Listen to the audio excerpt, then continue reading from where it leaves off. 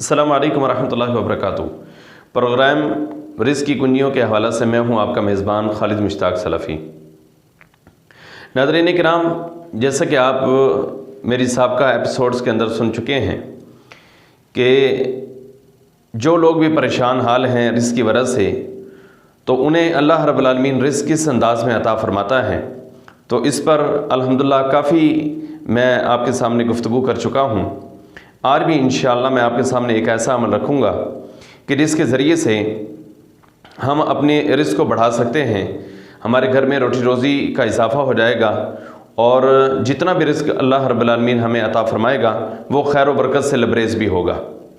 Musab बिन साद रज़ियल्लाहु तआला अन्हु फरमाते हैं कि सैयदना साद रज़ियल्लाहु तआला अन्हु के दिल में ख़्याल आया कि मुझे अल्लाह रब्बुल आलमीन ने कमज़ोरों के ऊपर बड़ी बरतरी अता फ़रमाई है, बड़ी फ़ौक़ियत अता फ़रमाई है, मैं सुपीरियर हूँ उनमें।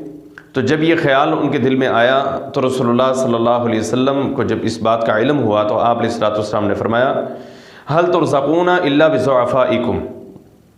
नबी अलैहिस्सलातु वस्सलाम फरमाते हैं कि तुम्हें रिज़्क़ जो मिलता है वो तुम्हारे कमज़ोरों, बेआसरा, मोहताजों की वजह से मिलता है। यानी नबी अलैहिस्सलातु वस्सलाम का ये कहना है कि आप बेआसरा लोगों का ख्याल करें, आप उनके साथ एहसान करें, आप अपने दिल के अंदर उनका एहसास रखें, उनका ख्याल करें, तो फिर अल्लाह रब्बुल आलमीन तुम्हारा रिज़्क़ बढ़ा देगा।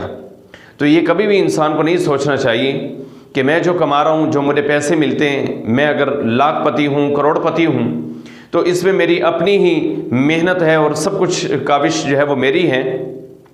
ऐसा नहीं सोचना चाहिए, बल्कि जो रोटी रोज़ी हमें मिलती है तो नबी सल्लल्लाहु अलैहि वसल्लम के फरमान के मुताबिक कि हल तुनसरूना व तुरज़क़ूना इल्ला बिज़ुअफ़ाइकुम, कि तुम्हें जो रिज़्क़ मिलता है वो तुम्हारे कमज़ोरों की वजह से मिलता है।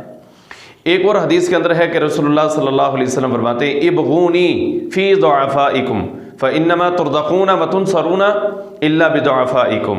और रसूलुल्लाह सल्लल्लाहु अलैहि वसल्लम फरमाते हैं कि तुम अगर मेरी रज़ा चाहते हो, तुम ये चाहते हो कि कायनात के इमाम मोहम्मद रसूलुल्लाह सल्लल्लाहु अलैहि वसल्लम हम पर राज़ी हों, तो फिर एक तो मुझे गुरबा, ज़ुआफ़ा, उनके अंदर आप मुझे तलाश करें, नातवा, कमज़ोर लोगों में मुझे तलाश करें, और फरमाया कि मेरी रज़ा को उनमें तलाश करें। और याद रखें कि आपको जो रोटी रोज़ी मिलती है, रिज़्क़ मिलता है, वो तुम्हारे कमज़ोरों की वजह से मिलता है।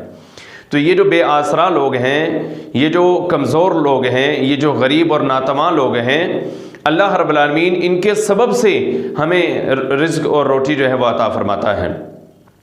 तो नाज़रीन किराम, हमें चाहिए कि हम अपने इर्द गिर्द तवज्जो करें और लोगों को देखें कि उनके मामलात कैसे हैं, उनके घर की छानबीन करें कि आया कि इनके घर में खाना भी पकता कि नहीं पकता। देखिए कितनी प्यारी हदीस रसूलुल्लाह सल्लल्लाहु अलैहि वसल्लम ने बयान फरमाई है।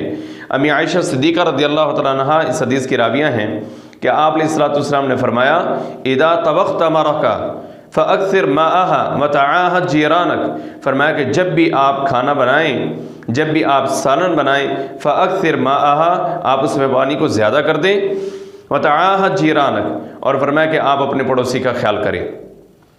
तो जब भी सालन बनाएं, नबी अलैहिस्सलातु वस्सलाम के फरमान के मुताबिक आप अपने पड़ोसी का ख्याल करें। हो सकता है कि उसके घर के अंदर खाना ना हो सकता है कि उसके बच्चे भूख से बिलक रहे हों, हो सकता है कि वो उसके घर में खाने के लिए तो कुछ ना हो लेकिन उसकी ज़बान के ऊपर सवाल ना हो।